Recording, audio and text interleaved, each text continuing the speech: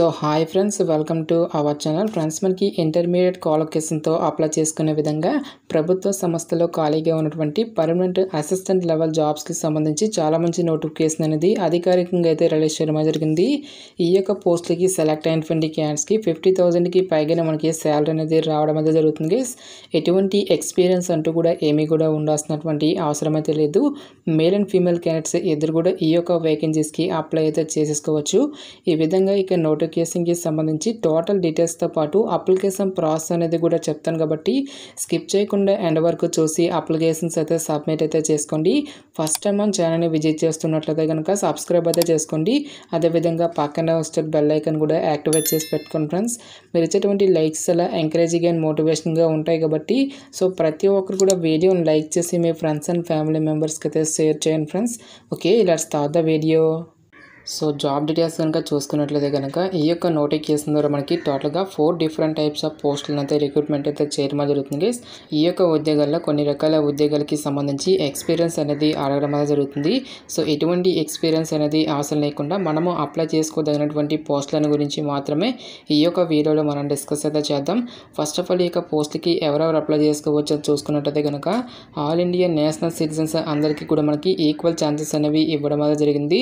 అంటే మీరు ఏ స్టేట్కి చెందినా సరే both male and female candidates ఇద్దరు కూడా ఈ యొక్క వేకెన్సీస్కి అప్లై అయితే చేసేసుకోవచ్చు. సో ఇక పోస్ట్కి సెలెక్ట్ అయినటువంటి క్యాండిడేట్స్కి మనకి జాబ్ పోస్టింగ్ అనేది ఎక్కడ ఉంటుంది అనేటువంటి డీటెయిల్స్ని కూడా మనకి ఇక్కడ నోటిఫికేషన్లో క్లియర్గా మెన్షన్ చేయడం జరిగింది. సో దేశవ్యాప్తంగా యొక్క సంస్థకి సంబంధించి రీజనల్ సెంటర్స్ అనేవి మనకి ఇక్కడ నోటిఫికేషన్లో క్లియర్గా మెన్షన్ చేయడం జరిగింది. సో సెంటర్స్ కనుక చూసుకున్నట్లయితే కనుక గౌహతి, పాట్నా, కాకినాడ, జమ్మూ, భోపాల్, జోధ్పూర్ అనేటువంటి ఈ యొక్క పర్టికులర్ లొకేషన్స్లో మనకి పోస్టింగ్ అనేది రావడం జరుగుతుంది. మన రెండు తెలుగు రాష్ట్రాల అభ్యర్థులకి కూడా కాకినాడలోనే మనకి యొక్క జాబ్ పోస్టింగ్ అనేది ఉంటుంది కాబట్టి ఇంట్రెస్ట్ ఉన్నటువంటి ప్రతి ఒక్క క్యాండిడేట్ కూడా ఈ యొక్క రిక్రూట్మెంట్కి అప్లై అయితే చేసుకోండి. ఫస్ట్ ఆఫ్ ఆల్ ఈ యొక్క పోస్ట్కి సెలెక్ట్ అయినటువంటి క్యాండిడేట్స్కి మనకి పే స్కేల్ అనేది ఏ విధంగా ఉంటుందని చూసుకున్నట్లయితే కనుక సీనియర్ రీసెర్చ్ అసిస్టెంట్ పోస్ట్కి వచ్చేసరికి సెంట్రల్ గవర్నమెంట్ లెవెల్ 7th ప్రకారం సో మనకి బేసిక్ పేనే 44,000 అనేది రావడం జరుగుతుంది. దీంతో పాటుగా అడిషనల్గా చాలా రకాల సెంట్రల్ గవర్నమెంట్కి సంబంధించి అలవెన్సెస్ అనేవి కూడా మనకి పే చేయడం జరుగుతుంది. ఈ విధంగా అన్ని అలవెన్సెస్ కలుపుకుంటే మనకి అప్రాక్సిమేట్లీ వచ్చేసరికి 60,000కి పైగానే మనకి శాలరీ అనేది రావడం అనేది జరుగుతుంది. నెక్స్ట్ లోవర్ డివిజన్ క్లర్క్ పోస్టులతో పాటు స్టాఫ్ కార్ డ్రైవర్ ఉద్యోగాలకు సెలెక్ట్ అయినటువంటి క్యాండిడేట్స్కి సెంట్రల్ గవర్నమెంట్ లెవెల్ 2 ప్రకారం సో మనకి బేసిక్ పైన 19,000 అనేది రావడం జరుగుతుంది. అన్ని అలవెన్సెస్ కలుపుకుంటే మనకి అప్రాక్సిమేట్లీ వచ్చేసరికి 36,000కి పైగానే మనకి శాలరీ అనేది రావడం అనేది జరుగుతుంది. సో ఏ క్యాస్ట్ వరకు ఎన్ని వేకెన్సీ అనేవి కేటాయించినటువంటి కంప్లీట్ డీటెయిల్స్ అన్నింటినీ కూడా మనకి ఇక్కడ నోటిఫికేషన్లో క్లియర్గా ఇవ్వడం అనేది జరిగింది. SC, ST, OBC, economically weaker section వరకు కూడా సపరేట్గా మనకి వేకెన్సీ అనేవి కేటాయించడం జరిగింది గైస్. సో మనకి ఓపెన్ కేటగిరీలో ఎక్కువ వేకెన్సీ అనేవి కేటాయించారు కాబట్టి సో మరి ఏ క్యాస్ట్కి చెందినా సరే ఈ యొక్క వేకెన్సీస్కి అప్లై అయితే చేసుకోవచ్చు. సో పోస్టుల వరకు ఏజ్ లిమిట్కి సంబంధించిన డీటెయిల్స్ కనుక చూసుకున్నట్లయితే కనుక సీనియర్ రీసెర్చ్ అసిస్టెంట్ పోస్టులకు వచ్చేసరికి మనకి మినిమం ఏజ్ అనేది 18 years అయితే కంప్లీట్ అయి ఉండాలి.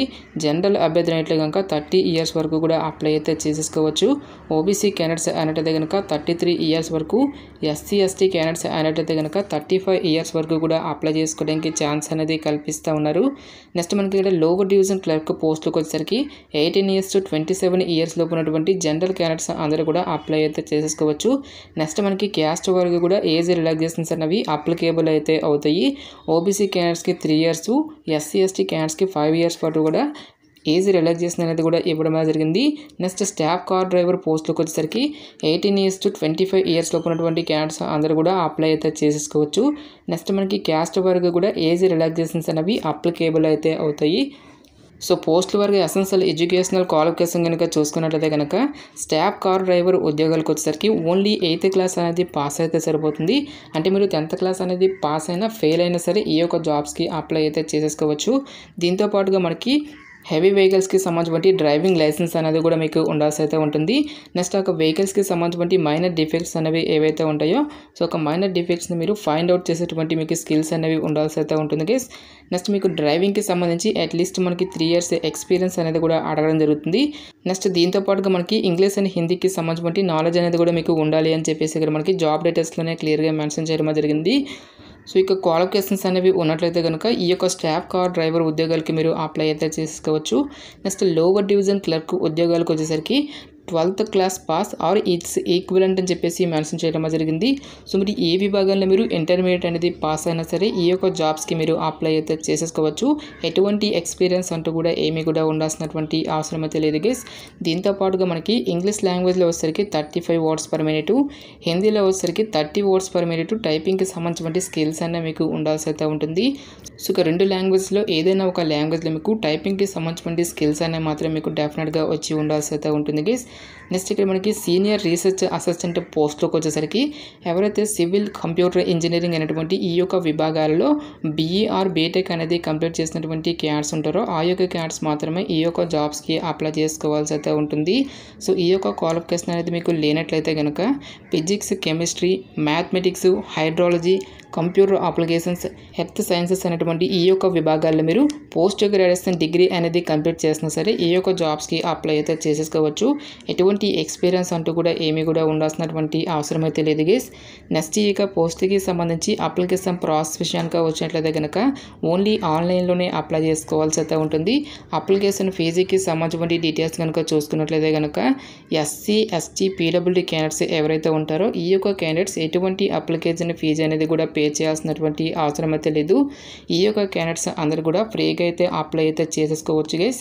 సో రిమైనింగ్ కేటగిరీకి చెందినటువంటి క్యాండిడేట్స్ అందరూ కూడా 100 రూపీస్ అప్లికేషన్ ఫీజు అనేది పొందాలని డిమాండ్ డ్రాఫ్ట్ రూపంలో ఇక అమౌంట్ అనేది పే చేయాల్సి అయితే ఉంటుంది. సో ఇక డీడీ అనేది ఏ పేరు మీద తీయాలని చూసుకున్నట్లయితే కనుక in favour of national institute of hydrology Roorkee payable at Roorkee అనేటువంటి ఈ యొక్క పేరుపై మీరు డీడీ అనేది తీసి ఒక ఒరిజినల్ డీడీ రిసిప్ట్ని కూడా మీరు అప్లికేషన్ ఫామ్కి అటాచ్ అయితే చేయాల్సి అయితే ఉంటుంది. నెక్స్ట్ ఈ యొక్క పోస్ట్కి సంబంధించి సెలక్షన్ ప్రాసెస్ అనేది ఏ విధంగా ఉంటుందని చూసుకున్నట్టయితే కనుక సో ఎవరైతే ఇక రిక్రూట్మెంట్కి అప్లికేషన్స్ అనేవి సబ్మిట్ చేసినటువంటి క్యాండిడేట్స్ నుంచి అప్లికేషన్స్ని షార్ట్ లిస్ట్ చేసి ఒక షార్ట్ లిస్ట్ అనేటువంటి క్యాండిడేట్స్కి ఫస్ట్ ఆఫ్ ఆల్గా మనకి రిటన్ టెస్ట్ అనేది కండక్ట్ చేయడం జరుగుతుంది. సో ఇక రిటన్ ఎగ్జామినేషన్ని క్లియర్ చేసినటువంటి క్యాండిడేట్స్కి పోస్టులను బట్టి మనకి స్కిల్ టెస్ట్ కానీ ఇంటర్వ్యూ అనేది కండక్ట్ చేసేసి ఈ యొక్క వేకెన్సీస్కి ఎంపిక అయితే చేయడం జరుగుతుంది. ప్రజెంట్ మనకి ఈ యొక్క పోస్ట్కి సంబంధించిన డీటెయిల్ ఎగ్జామినేషన్ ప్యాటర్న్ అనేది మనకి ఇక్కడ నోటిఫికేషన్లో మెన్షన్ అయితే చేయలేదు గైస్. సో ఫర్దర్గా అఫీషియల్ వెబ్సైట్లో ఈ యొక్క డీటెయిల్స్ అన్నిటిని కూడా అనౌన్స్ చేసేటువంటి ఛాన్స్ అనేది ఉంటుంది. సో ఇక అఫీషియల్ వెబ్సైట్ లింక్స్ అన్నిటిని కూడా వీడియో డిస్క్రిప్షన్లో కామెంట్ సెక్షన్ అయితే ప్రొవైడ్ అయితే చేస్తుంది guys. So further regular updates కోసం ఈ యొక్క వెబ్సైట్ని అయితే మీరు విజిట్ చేస్తూ ఉండాల్సి అయితే ఉంటుంది. సో ప్రతి ఒక్క కాంపిటేటివ్ ఎగ్జామినేషన్కి సంబంధించి జనరల్ టాపిక్స్ అన్న మనకి ఏవైతే ఉంటాయో general intelligence and reasoning, arithmetic, next current affairs, general science అని చెప్పేసి ఈ యొక్క పర్టికులర్ టాపిక్స్ నుంచి మనకి రిలేటెడ్గా కోచింగ్స్ అనేవి అడగడం అయితే జరుగుతుంది. నెక్స్ట్ ఈ యొక్క పోస్ట్కి సంబంధించి ఇంపార్టెంట్ డేట్స్ విషయానికి వచ్చేట్లయితే కనుక ఆల్రెడీ మనకి ఆగస్ట్ 9th నుంచి కూడా అప్లికేషన్ ప్రాసెస్ అనేది స్టార్ట్ కావడం జరిగింది. ఇక లాస్ట్ ఇయర్ విషయానికి వచ్చినట్లయితే కనుక సెప్టెంబర్ 9th వరకు కూడా ఈ యొక్క రిక్రూట్మెంట్కి ఆన్లైన్లో అప్లికేషన్స్ అనేవి సబ్మిట్ అయితే చేసుకోవాల్సి అయితే ఉంటుంది. వన్స్ అగైన్ మీరు ఆన్లైన్లో అప్లికేషన్స్ అనేవి సబ్మిట్ చేసిన తర్వాత ఆ యొక్క హార్డ్ కాపీస్ అన్నిటిని కూడా మీరు ప్రింట్అవుట్ అయితే తీసుకొని ఈ యొక్క హార్డ్ కాపీస్తో పాటు నోటిఫికేషన్లో మెన్షన్ చేసేటువంటి ఈ యొక్క అప్లికేషన్ ఫామ్ అనేటువంటి దాన్ని కూడా మీరు ఫిల్ చేసి తిరిగి ఆఫ్లైన్లో అయితే మళ్ళీ సెండ్ చేసుకోవాల్సి అయితే ఉంటుంది. నోటిఫికేషన్ ఇక్కడ మనకి అప్లికేషన్ ఫామ్ అనేది కూడా ఇవ్వడం జరిగింది గైస్. ఫస్ట్ ఆఫ్ ఆల్ ఇక అప్లికేషన్ ఫామ్ అనేది మీరు ప్రింట్అవుట్ అయితే తీసుకొని అడ్వర్టైజ్మెంట్ నెంబర్తో పాటు అడ్వర్టైజ్మెంట్ అనేది ఏ డేట్న వచ్చింది, నెక్స్ట్ మీరు ఏ పోస్ట్కి అయితే అప్లై చేస్తున్నారో ఒక డీటెయిల్స్ అన్నిటిని కూడా మీరు ఇక్కడ ఫిల్ చేసిన తర్వాత నెక్స్ట్ మీకు పర్సనల్ డీటెయిల్స్ అన్నిటిని కూడా మీరు ఇక్కడ ఫిల్ చేయాల్సి అయితే ఉంటుంది. రైట్ సైడ్లో మీకు లేటెస్ట్ పాస్పోర్ట్ సైజ్ ఫోటోగ్రాఫ్ అనేది మీరు ఇక్కడ స్టిక్ చేసి మీకు సైన్ అనేది ఇలా క్రాస్గా అయితే చేయాల్సి అయితే ఉంటుంది గైస్. నెక్స్ట్ మీకు ఫుల్ నేమ్తో పాటు మీకు ఫాదర్స్ నేము, నెక్స్ట్ మీకు డేట్ ఆఫ్ బర్త్, నేషనాలిటీ ఏంటి, ఈమెయిల్ ఐడితో పాటు ఫోన్ నెంబరు, ఈ విధంగా మీకు డీటెయిల్స్ అన్నిటిని కూడా ఫిల్ చేసిన తర్వాత కరస్పాండెంట్ అడ్రస్తో పాటు పర్మనెంట్ అడ్రస్ అనేది కూడా మీరు ఇక్కడ ఇవ్వాల్సి అయితే ఉంటుంది. ఎడ్యుకేషనల్ క్వాలిఫికేషన్కి సంబంధించిన డీటెయిల్స్తో పాటు అడిషనల్ క్వాలిఫికేషన్స్ అనేవి ఇస్తే ఇవ్వండి, లేదంటే మీరు ఇక్కడ నాట్ అప్లికేబుల్ అని చెప్పేసి మెన్షన్ అయితే చేసాను గైస్. నెక్స్ట్ వర్క్ ఎక్స్పీరియన్స్ అనేది ఉంటే ఇవ్వండి, లేదంటే మీరు నాట్ అప్లికేబుల్ అని చెప్పేసి మెన్షన్ అయితే చేసాను గైస్. ఈ విధంగా మనకి ఇక్కడ రెఫరల్ డీటెయిల్స్తో పాటు ట్రైనింగ్ డీటెయిల్స్ అనేవి మెన్షన్ చేయడం జరిగింది. ఓకే, ఎలిజిబిలిటీస్ అనేవి ఉంటే కనుక మీరు ఫిల్ చేయండి, లేదంటే ఇక్కడ మీరు నాట్ అప్లికేబుల్ అని చెప్పేసి మెన్షన్ అయితే చేసాను గైస్. సో ఎంపీటీకి అయితే విడిచిపెట్టేయొద్దు గైస్. సో మనకి అప్లికేషన్ అనేది రిజెక్ట్ అయ్యేటువంటి ఛాన్స్ అనేది ఉంటుంది. సో ఒక ఎలిజిబిలిటీ అనేది మీకు లేనట్లయితే కనుక ఈ విధంగా మీరు ఎన్ఏ అని చెప్పేసి అక్కడ మెన్షన్ అయితే చేసేయండి. సో ఈ విధంగా మీకు డీటెయిల్స్ అన్నిటిని కూడా ఫిల్ చేసిన తర్వాత నెక్స్ట్ మీకు పేమెంట్కి సంబంధించిన డీటెయిల్స్ అన్నిటిని కూడా ఫిల్ చేయాల్సి అయితే ఉంటుంది. ఒక డీడీ అనేది ఏ డేట్న తీశారు, ఏ బ్యాంకులో తీశారు, ఒక డీడీ నెంబర్తో పాటు అమౌంట్, అక్కడ సంబంధించిన డీటెయిల్స్ అన్నిటిని కూడా ఫిల్ చేయాల్సి అయితే ఉంటుంది. నెక్స్ట్ డిక్లరేషన్ దగ్గర మీకు ప్లేస్తో పాటు అప్లికేషన్స్ అన్నవి ఏ డేట్ని అయితే సెండ్ చేస్తున్నారో ఒక డేట్ అనేది ఇచ్చేసి ఇక్కడ మీకు సిగ్నేచర్ అనేది చేయాల్సి అయితే ఉంటుంది. సో ఇక అప్లికేషన్ ఫామ్కి ఏ సర్టిఫికేట్స్ అనేవి అటాచ్ చేయాలని చూసుకున్నట్లయితే కనుక రీసెంట్ పాస్పోర్ట్ సైజ్ ఫోటోగ్రాఫ్స్తో పాటు ఒరిజినల్ డీడీ రిసిప్టు, నెక్స్ట్ మీ యొక్క ఆధార్ కార్డుతో పాటు మీ యొక్క caste certificate, next age relaxations అనేవి వర్తిస్తే ఒక సంబంధించిన సర్టిఫికేట్తో పాటు ఎడ్యుకేషనల్ అండ్ టెక్నికల్ క్వాలిఫికేషన్కి సంబంధించిన సర్టిఫికేట్స్ అన్నిటిని కూడా అప్లికేషన్ ఫామ్కి అటాచ్ అయితే చేయాల్సి అయితే ఉంటుంది. నెక్స్ట్ ఎంప్లాయీస్ ఎవరైనా ఉన్నట్లయితే కనుక అక్కడ సంబంధించిన సర్టిఫికేట్స్ని కూడా అప్లికేషన్ ఫామ్కి అటాచ్ అయితే చేయాల్సి అయితే ఉంటుంది. ఈ విధంగా మీకు ఎడ్యుకేషనల్ క్వాలిఫికేషన్కి సంబంధించిన సర్టిఫికేట్స్ అన్నిటిని కూడా అప్లికేషన్ ఫామ్కి అటాచ్ అయితే చేయాల్సి అయితే ఉంటుంది. ప్రతి ఒక్క ఎడ్యుకేషనల్ డాక్యుమెంట్స్ అన్నిటిపై కూడా సెల్ఫ్ అటెస్టేషన్ అంటే మీకు సైన్ అనేది కంపల్సరీగా చేయాల్సి అయితే ఉంటుంది గైస్. నెక్స్ట్ మీకు ప్లేస్తో పాటు అప్లికేషన్స్ అనేవి ఏ డేట్ని అయితే సెండ్ చేస్తున్నారో ఒక డేట్ అనేది ఇచ్చేసి ఇక్కడ మీకు సిగ్నేచర్ అనేది చేయాల్సి అయితే ఉంటుంది.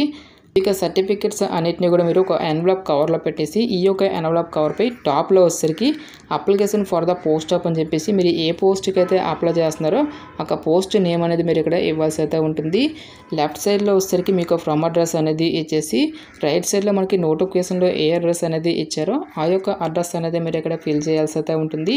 సో అప్లికేషన్స్ అనేవి ఏ అడ్రస్కి సెండ్ చేసుకోవాలని చూసుకున్నట్లయితే కనుక senior administrative officer, national institute of hydrology, జల విజ్ఞాన్ భవన్, రూర్కే 247667 డిస్ట్రిక్ట్ హరిద్వార్, ఉత్తరాఖండ్ అనేటువంటి ఈ యొక్క అడ్రస్కి మీరు సెప్టెంబర్ 9th లోపు ఈ యొక్క అప్లికేషన్స్ అన్నిటిని కూడా ఆఫ్లైన్లో అయితే సెండ్ చేసుకోవాల్సి అయితే ఉంటుంది. Only speed post or register post ద్వారా మాత్రమే అప్లికేషన్స్ అనేవి సెండ్ చేసుకోవడానికి ఛాన్స్ అనేది కల్పిస్తూ ఉన్నారు గైస్. సో ఇది ఫ్రెండ్స్ ఇవాల్టి వీడియో. రేపు మరొక మంచి జాబ్ అప్డేట్తో మళ్ళీ మీ ముందుకు రావడమే జరుగుతుంది. Thanks for watching. Have a nice day.